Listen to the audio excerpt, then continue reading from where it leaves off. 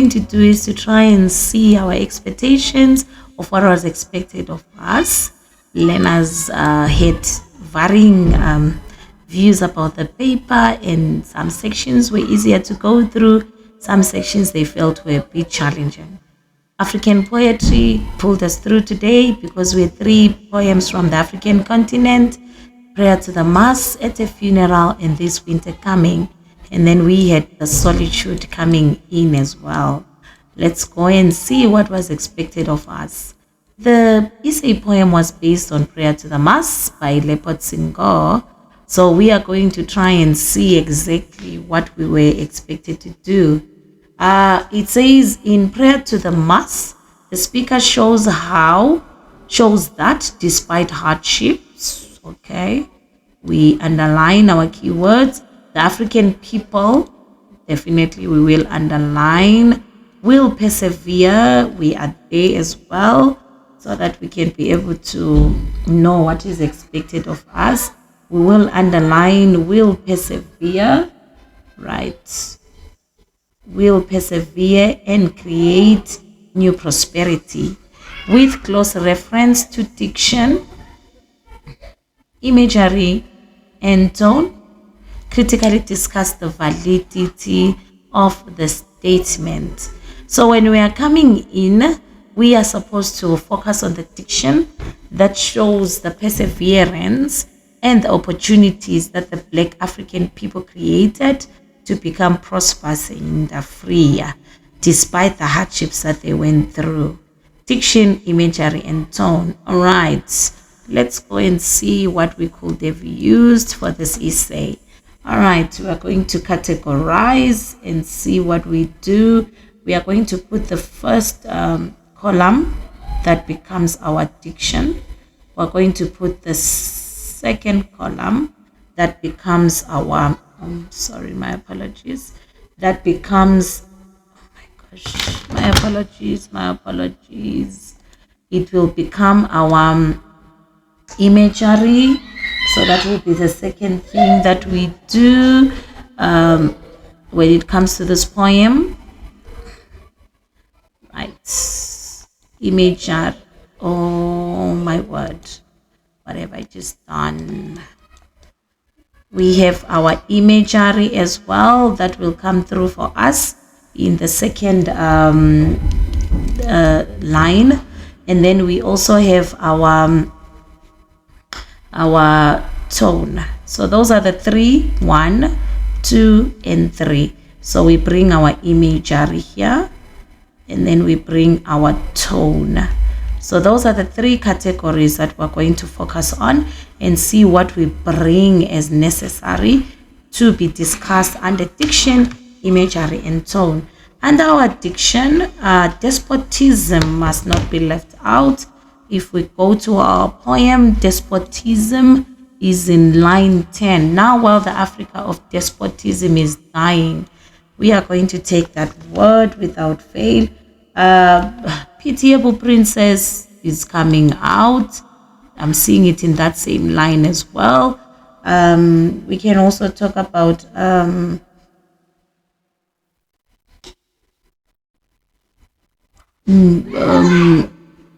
tone can also come in. We can also talk about machines. I believe we have the machines. Where are they? Where are the machines? Machines, cannons.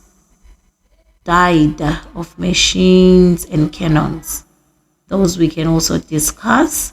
So when we're coming in, what do we mean? We discuss these terms when touching on despotism. Right, let's bring in our despotism there. We quote it. So when discussing despotism, the word clearly shows that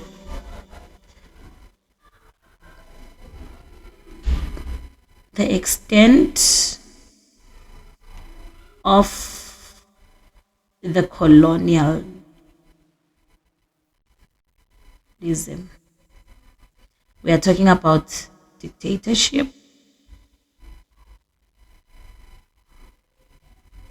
of the colonial countries, colonial Western countries. We are also going to talk about pitiable princess, as we said. When we're talking of pitiable princess, we can mention the state Africa is left in,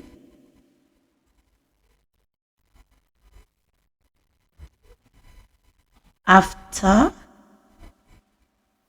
being stripped of everything.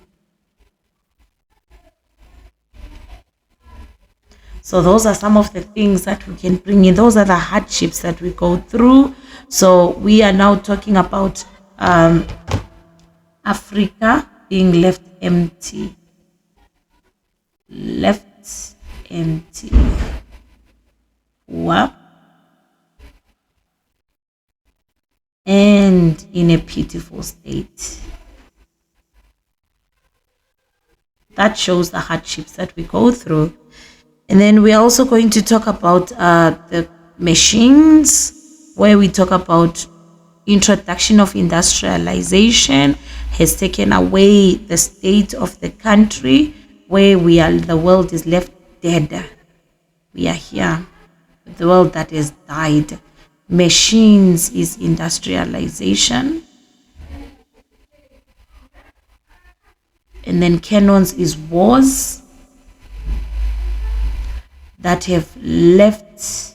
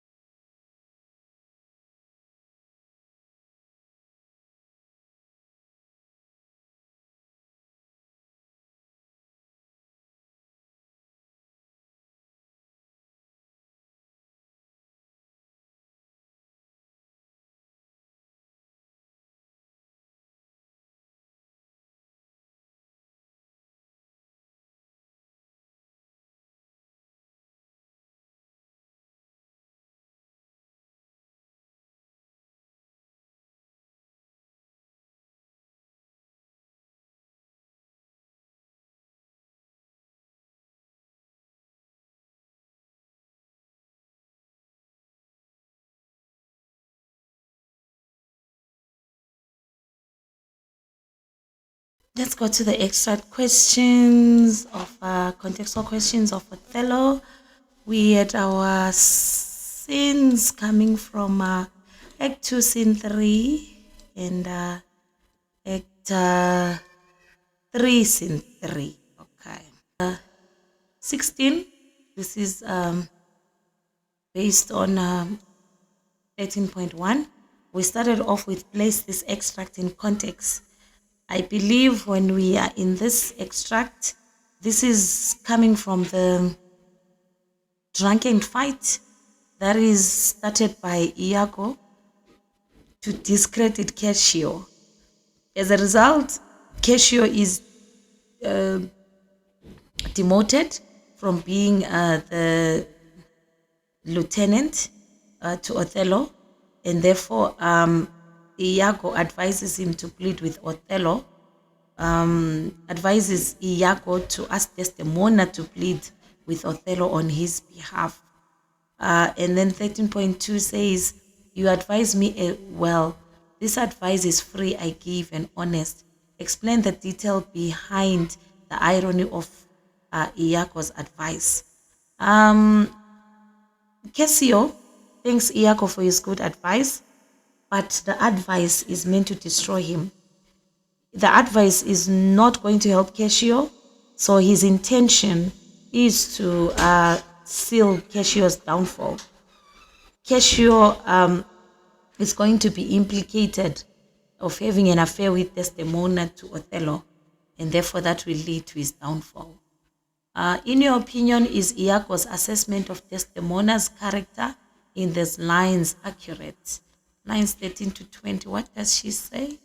The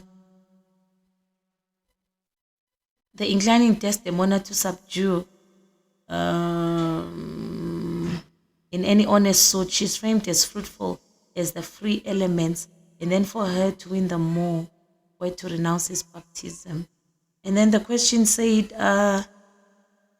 in your opinion, is Iago's assessment of Desdemona's character in these lines accurate? She is innocent. She is pure. Her intentions are only to help Cassio because of their friendship. But Othello is under the Othello is the weakness to Othello's reasoning. She's very naive, caring towards Cassio's a problem, and therefore that's how Iago exploits her weakness. She cares too much, and therefore that's the reason why Iago manipulates her weakness. Refer to lines 22 to 25, suggest how the paradox, it says, when the devil, divinity of hell, when devils will their blackest sins put on, they do suggest at first with heaven shows, as I do now. For while this honest fool lies Desdemona to repair fortunes, and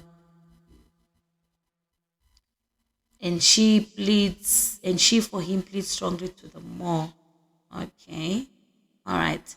It says, suggest how the paradox depicted in these lines underpins or supports the true nature of Iago's character. Iago pretends to be uncertain so that he can play the innocence card.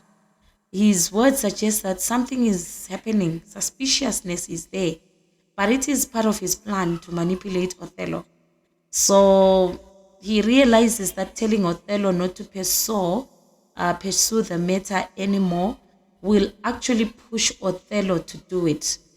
He does not have the proof that Othello needs or wants. So that's where we are. And then extract H was coming from Iago, re-enter Desdemona and Emilia, was Act 3, Scene 3, starting with Othello. Iago, why did I marry this honest creature doubtless sees and no more, much more than he unfolds. Okay. And then the 13.5 says, my lord, account for Iago's manipulative manner towards Othello here.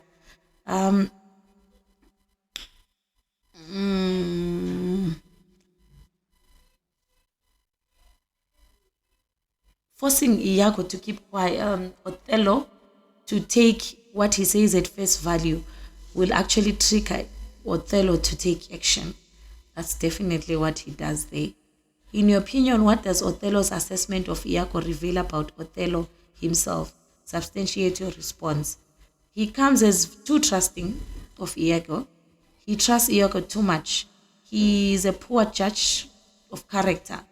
He accepts Iago's behavior at face value, but ironically demands evidence from Iago about Desdemona's infidelity. He praises Iago for his honesty. Ironically, Iago is the one lying to him. He believes himself, Othello believes himself to be good and a constant character.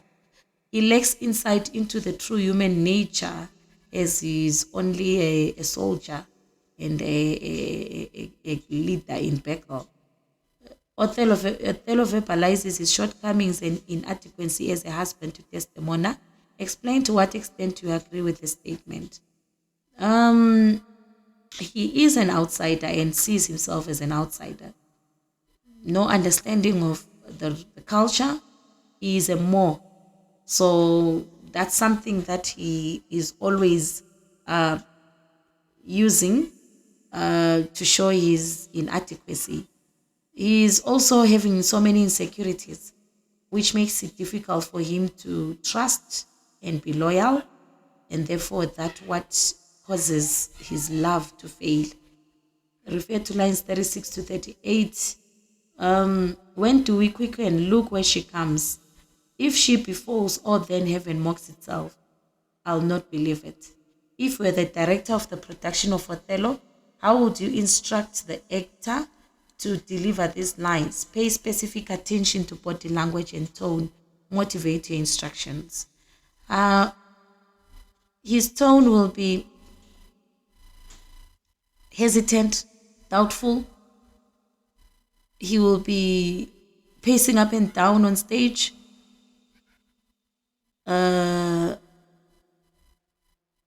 Clasping his hands together to show nervousness, shaking his head over and over again, hands outstretched towards the heavens in a prayer mode, as a plea, and those are the things that can come in on that one. We're going to the last mile, which is the Crucible. The lack of integrity and honesty has disastrous consequences. Critically discuss the extent to which you agree to the above statement. When we talk of lack of integrity, we have so many characters that lack integrity, and that's what leads to the tragic deaths of numerous innocent people. Paris, he clearly lacks the qualities of being a minister. He is a villain, but his instincts make him obvious from the beginning that he lacks the qualities of preserving the ministerial duties. He is more worried about how Abigail's actions and being caught will have an impact on him, and he's not worried about the girls. He's dishonest, I believe. A minister at that. My apologies. After he tells Abigail that he saw someone naked, he denies it in court later on. Being a minister at that, he's trying to discredit other men. Proctor, he tries so much to discredit Proctor, Giles, so that he can protect his position. He is very materialistic. He wants so many things, deeds to the house, cathedrals, and therefore he's not focusing on the spiritual element. Unfortunately, he has a big role in the tragic actions that happen later, because in trying to preserve his own name, He does it at the expense of the others. John is one of them. Girls, they died tragic deaths because of his actions. When we come to the Putnams, we are going to really also put them in as they lack integrity and honesty. Anne's behavior is against the court of the Puritans. She also blames Rebecca and has pure vengeance and hatred for the deaths of her babies. Rebecca is actually hanged because of her dishonesty. That's why we will question her integrity. Thomas is very greedy. He is thinking of his position as a Putnam should afford him more status. He has an attitude of being entitled.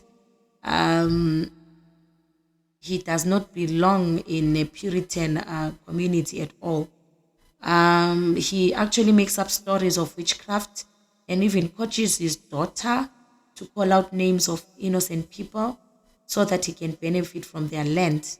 Lying in court when questioned about Giles' claim, Giles dies ultimately because of how Thomas is dishonest. Abigail has not only had an affair with a married man, but she is also introduced as a liar to us. She's very vindictive and she has no control, self-control, and no boundaries. She threatens the girls. She sticks a needle in her own stomach to pin a voodoo charge on Elizabeth. She has lack of integrity because she easily accuses innocent people of witchcraft just to avoid a beating or a whipping. She lies in court blatantly and makes up stories of yellow birds, cold winds as evidence in the court. She steals Paris's savings and absconds, leaving tragedy behind her. But we also are going to blame the judges, Danforth and Haythorne, who are signs of lacking integrity. They claim to represent the highest court in the land, yet it soon becomes very clear that they are not fighting to root out any evil, but they are going to preserve their own positions of power and authority. And it's at any cost, even if it's people's lives. Because they force very good people to lie just to avoid hanging. They blatantly refuse to listen to testimonies of respected people. They refuse to arrest anyone who goes, and what do? They arrest anyone who goes against the court. Danforth also threatens to hang 10,000 people if they come against him in the court. They are very arrogant, and it's enough now to show us that the court hearings were done without any integrity. Okay, let's go to the context, which is the last question in this question paper. Proctor Elizabeth, it's from Act 2. Place this extract in context. It's been revealed that John Proctor has had an affair with Abigail and has been fired because of the story that she has come up with in court, that the girls are being bewitched. Elizabeth wants John actually to go to Salem and tell the court what Abigail said to them when they were alone, that their witchcraft claims were just for fun. That's where we come into this one. What does Proctor mean by this comment? I have good reason to think before I charge fraud on Abigail. He knows the extent of Abigail's brutality and vindictiveness. So he is concerned that if he charges her, she will expose his adultery and his reputation will be destroyed. So he's trying to save himself. Line 7 to 8, spare me, you forget nothing and forgive nothing. Learn charity, woman. If you're the director of a production of the Crucible, how would you instruct the actor to deliver these lines? Very sarcastic tone when he says, learn charity, woman. I believe it could be a sarcastic tone. It could be a tone of frustration. Throw up his hands or raise his hands into the air, or turn his back on her, so that he shows his frustration of being always reminded of his sin. And and is trying to cast off his own guilt. Refer to lines, what is this one? Refer to lines 20 to 21. I never thought you but a good man, John, with a smile, only somewhat bewildered. Is this a valid assessment of John Proctor's character? Refer to the play as a whole to validate your answer. John Proctor is a good man, but because of his affair with Abigail, he still has to prove his integrity and trust by standing for the truth. He does not accept the judge's offer to save his wife because he knows there is more that is at stake. He signs the confession in fear at the beginning, but he tears it up and dies as a man of integrity. So he was blinded by Abigail's beauty, but that does not deter him from dying as a good man. But then we can also, on the other hand, call him, he's not really a good man because he has an affair. He lies about it in a crowd. He is more worried about his reputation than actually admitting to sin. He wants to redeem himself, but he does not want, what is this one? But he rips up the confession in return. Refer to lines 25 to 26. How do you go to Salem when I forbid it? Do you mock me? Using these lines as a starting point, critically discuss the role of the girls in the Salem court. The girls are given powers by the court. They are made important by the court. And therefore, this now allows them to not listen to the leaders in their own homes. The girls' behavior started off as a sport of some sort, but their testimonies become acts of saving themselves, and they cannot now turn back their lies. So which means that they point the finger of revenge wherever they see fit and to whoever they feel they need to get revenge on. So at the end of the day, it's a sport that turns into a messy tragedy because of their lies and failing to get out of their lies. Refer to line 2. Line 2 says, turns his face to the wall. Explain what the stage direction reveals about Rebecca Ness. She is a moral compass. That's what she's always been called. So John is even embarrassed to face Rebecca because she is a true Christian, and John does not want Rebecca Ness to see his deception. So which means she will not pick it up if he does not face her. Comment critically on the irony of Danforth's words. Courage, men, courage. Let a witness your good example that she may come to God herself.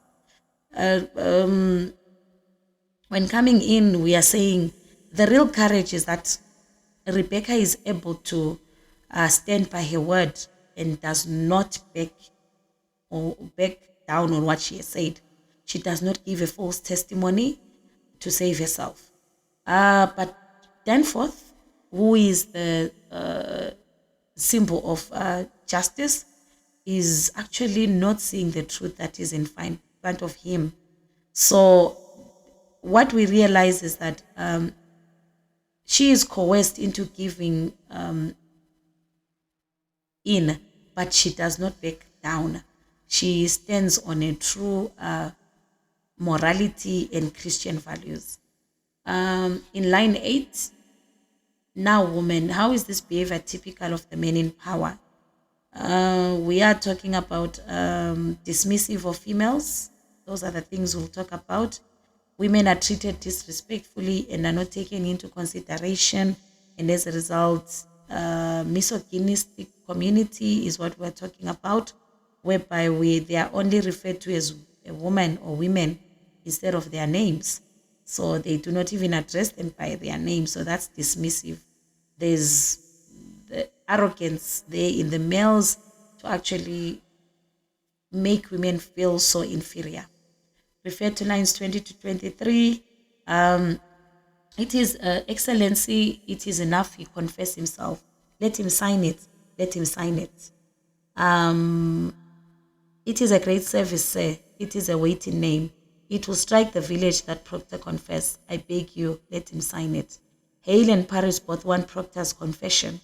Use these lines as a starting point to contrast their motivations. Hale feels responsible for the deaths, and he denounced the proceedings. He hopes he will gain forgiveness from God because of lying, as he feels that life is more precious than male pride.